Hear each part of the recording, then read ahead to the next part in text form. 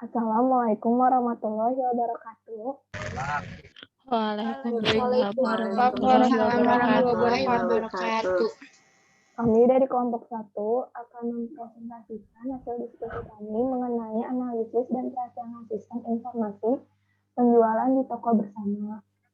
Saya Benedikta Ingrid sebagai moderator, Rifaldi Rahman sebagai pemateri 1, Anissa Widya Ramadanti sebagai pemateri 2, Destia Maulida sebagai pemateri 3, Anton Rahmayanto sebagai pemateri 4, Risa Destia sebagai pemateri 5, Widya Ayu sebagai pemateri 6, Destia Hanzari sebagai pemateri 7, dan Dea Yuliana sebagai pemateri 8.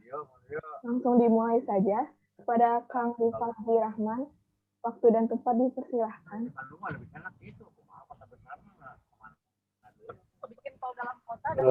Assalamualaikum warahmatullahi wabarakatuh. Waalaikumsalam warahmatullahi wabarakatuh.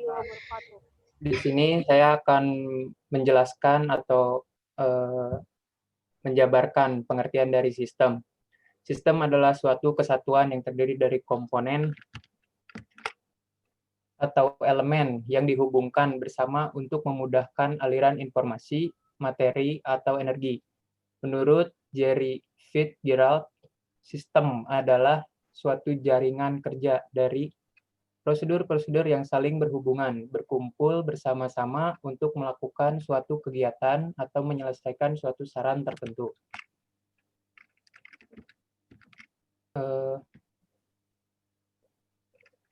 Selanjutnya, pengertian dari informasi. Informasi merupakan kata benda dari informare, yang berarti aktivitas dalam pengetahuan yang dikomunikasikan. Menurut Gordon B. Davis, informasi adalah data yang telah diolah menjadi suatu bentuk yang penting bagi penerima dan mempunyai nilai yang nyata yang dapat dirasakan dalam keputusan-keputusan yang sekarang atau keputusan-keputusan yang akan datang.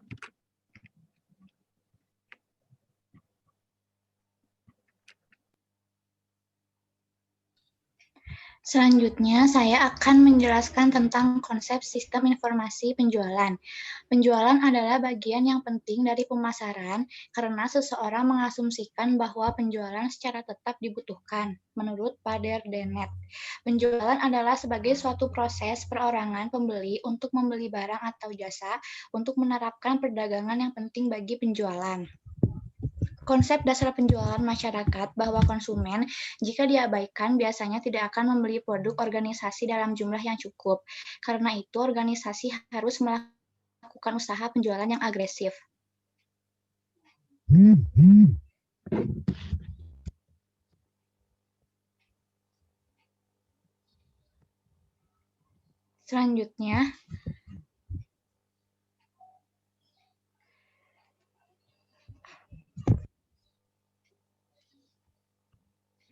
Selanjutnya ada analisis masalah. Analisis sistem dapat didefinisikan sebagai pengurangan dari suatu sistem informasi yang utuh ke dalam bagian-bagian komponen dengan maksud untuk mengidentifikasikan dan mengevaluasi permasalahan, kesempatan, hambatan yang terjadi, dan kebutuhan-kebutuhan yang diharapkan, sehingga dapat diusulkan perbaikan. Di toko bersama ini merupakan salah satu toko yang masih menggunakan sistem manual dalam transaksi, maka keamanan data kurang terjamin serta proses pelayanan serta penyediaan informasi cukup lama. Salah satunya fungsi sistem pendataan dan penjualan adalah melihat stok masuk dan transaksi pembelian. Toko bersama menginginkan sistem yang dapat merubah sistem manual tersebut menjadi sistem yang terkomputerisasi. Sekian dari saya. Terima kasih. Saya kembalikan kepada moderator. Terima kasih kepada Anissa Widya. Selanjutnya, prosedur penjualan yang akan dibahas oleh Destia. Baik, terima kasih kepada moderator. Di sini saya akan menjelaskan tentang prosedur sistem penjualan. Yang pertama, ada prosedur order penjualan, yaitu dalam prosedur ini fungsi penjualan menerima order dari pembeli dan membuat faktur penjualan untuk memungkinkan pembeli melakukan pembayaran. harga barang ke fungsi kas, dan untuk memungkinkan fungsi gudang dan fungsi pengiriman menyiapkan barang yang akan dikirim. Yang kedua, prosedur penerimaan kas. Dalam prosedur ini, kas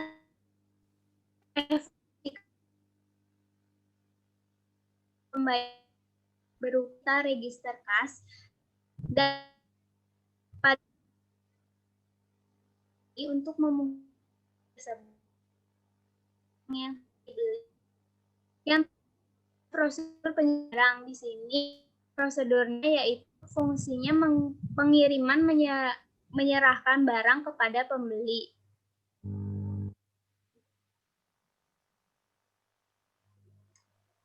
Sekian dari saya, terima kasih. Saya kembalikan ke moderator. Terima kasih, Desya.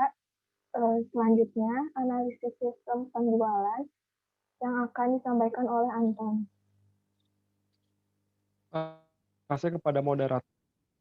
Halo semuanya, selamat siang. Saya Anton Rahmayanto akan menjelaskan analisis sistem informasi penjualan yang beberapa tahapan atau beberapa fase. Yang pertama adalah fase survei. Yang harus dilakukan dalam fase survei, yang pertama adalah survei masalah dan kesempatan. Kedua, negosiasi batasan sistem. Dalam fase selanjutnya, fase studi harus sistem menggunakan DFD. Yang kedua, analisa masalah dan kesempatan. Yang ketiga, penetapan sasaran, pengembangan, dan sistem. Untuk penjelasan lebih lanjutnya, saya berikan kesempatan kepada teman-teman yang lain.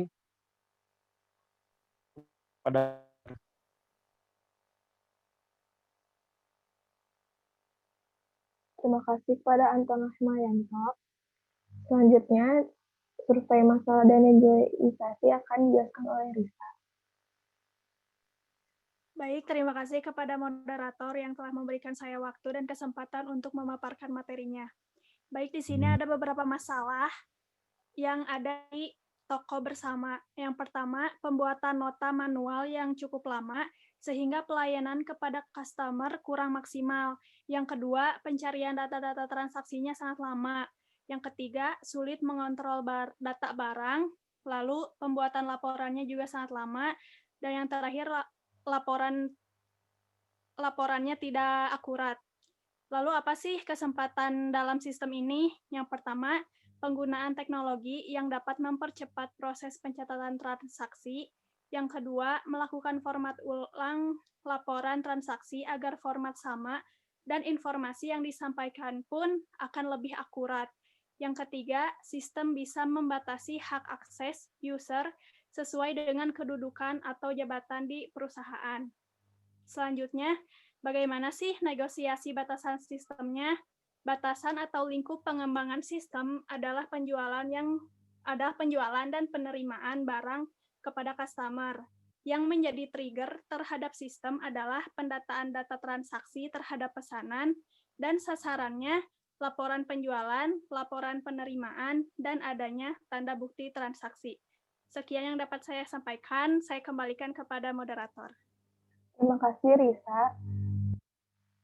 Selanjutnya akan dijelaskan oleh Lydia tentang model sistem data flow diagram atau DFD. Baik, terima kasih moderator. Saya akan menjelaskan model sistem data flow diagram atau DFD. Sendiri adalah diagram arus data, yaitu alat perancangan sistem yang berorientasi pada alur data yang dapat digunakan untuk menggambarkan analisa maupun rancangan sistem pada pemakai. Dan di bawah ini ada contoh gambar DFD untuk toko bersama tadi. Itu paling dari user untuk pesanannya diberikan ke penerima pesanan. Terus nanti outputnya jadinya nota transaksi. Dari nota transaksi itu bisa jadi bukti transaksi.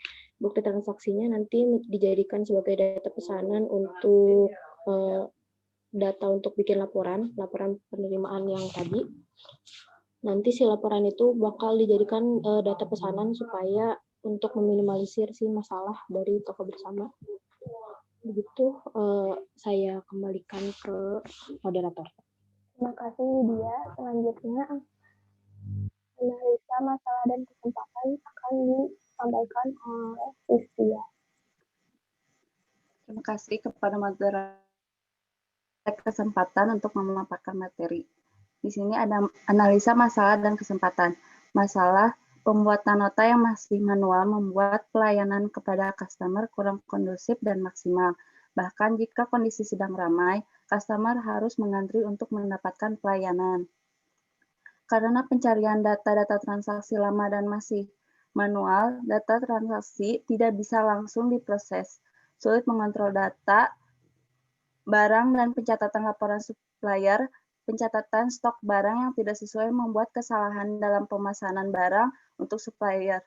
Selain itu, retail barang juga berpengaruh dalam pemenuhan stok barang. Pembuatan selain pengurutan transaksi penjualan yang lama, laporan juga baru bisa dibuat setelah semua transaksi berakhir. Laporan tidak akurat Pencatatan laporan seperti bulanan, tahunan masih sangat tidak akurat sehingga menghambat perkembangan toko bersama. Selanjutnya,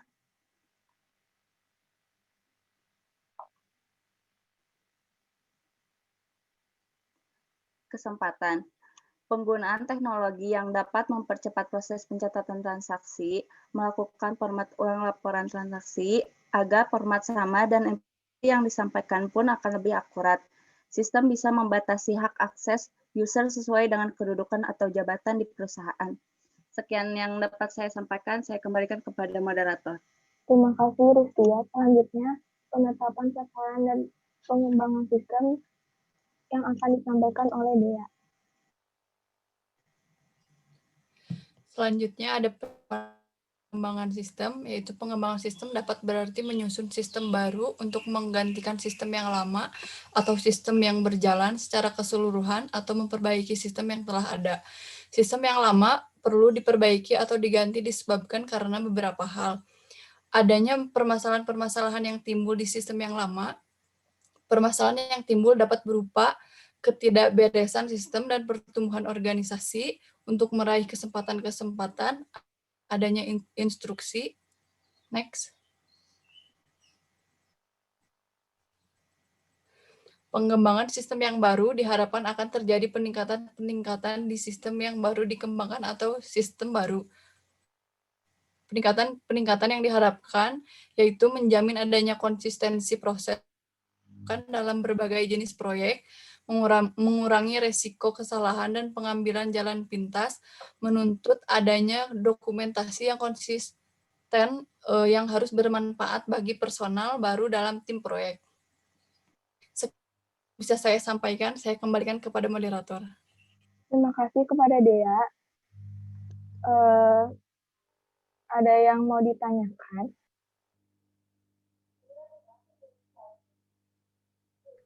Aku mau nanya. Boleh. Fitria ya? Ya.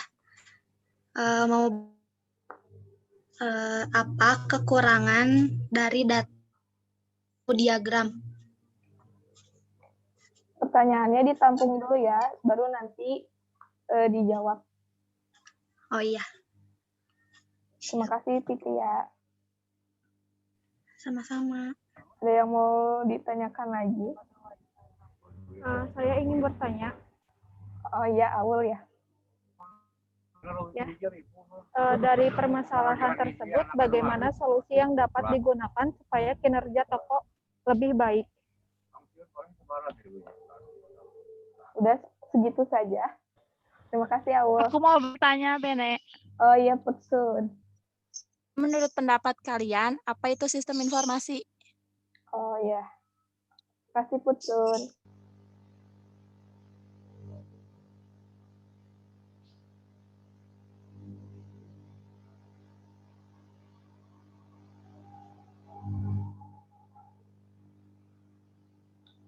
Ada yang mau jawab dari pertanyaan Pipit?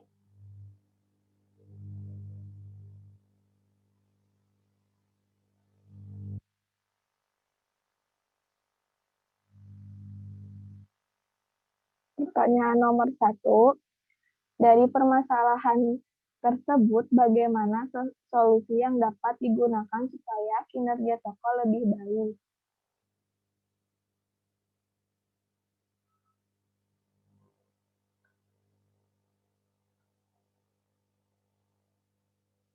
Kang Rivaldi mau menjawab? Ya, saya akan menjawab pertanyaan nomor 1, yaitu pertanyaannya dari permasalahan tersebut bagaimana solusi yang digunakan supaya kinerja toko lebih baik. Caranya adalah penggunaan teknologi yang dapat mempercepat proses pencatatan transaksi, melakukan format ulang laporan transaksi agar format sama dan informasi yang disampaikan pun akan lebih akurat. Sistem bisa membatasi hak akses user sesuai dengan kedudukan atau jabatan di perusahaan. Mungkin itu yang bisa saya jawab dari pertanyaan nomor 1. Terima kasih. Ya, Kang, terima kasih atas jawabannya. Yang kedua, pertanyaannya, apakah kekurangan dari data flow diagram? Widya Ayu mau menjawab. Untuk pertanyaan kedua, apa kekurangan dari data flow diagram? Untuk DFD sendiri hanya menggambarkan aliran data tanpa menyertakan aliran fisik yang terjadi. Jadinya hal ini menyebabkan data yang tersimpan akan sama atau berulang. Di DFD sendiri tidak terdapat penjelasan mengenai mekanisme dan kontrol yang menjalankan proses tersebut. Beda sama IDFO sama flowchart kalau itu ada, kalau DFD nggak ada. Gitu paling moderator. Oke, terima kasih. Untuk nomor 3, siapa yang mau jawab?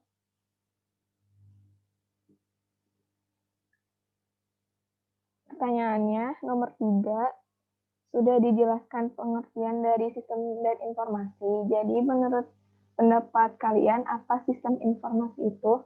Pertanyaan nomor 3 akan dijawab oleh Destia. Terima kasih kepada moderator. Saya akan menjawab pertanyaan nomor 3.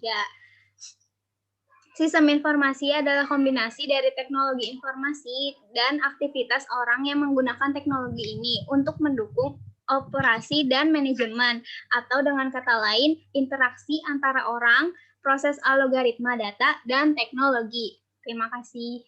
Sekian. Terima kasih Destia. Untuk Putri Sundari, bagaimana jawabannya? Sudah ngerti? Sudah cukup. Sudah cukup. Terima kasih Putri. Selanjutnya kesimpulan. Dari hasil penelitian sampai pembuatan software sistem penjualan toko bersama menyimpulkan bahwa sistem informasi penjualan bersama memberikan kemudahan kepada pengguna dalam transaksi penjualan dan pembelian serta pembuatan laporan. Sistem informasi penjualan bersama memberikan data informatif mengenai data barang dan supplier, data jenis barang. Sistem informasi penjualan dibatasi hak akses penggunaan sistem, yaitu login, untuk menghindari pengambilan dan perubahan data oleh pihak-pihak tertentu. Sekian dari kelompok kami. Mohon maaf bila ada perkataan yang salah. Wassalamualaikum warahmatullahi wabarakatuh. Waalaikumsalam Warahmatullahi wabarakatuh. Waalaikumsalam warahmatullahi wabarakatuh.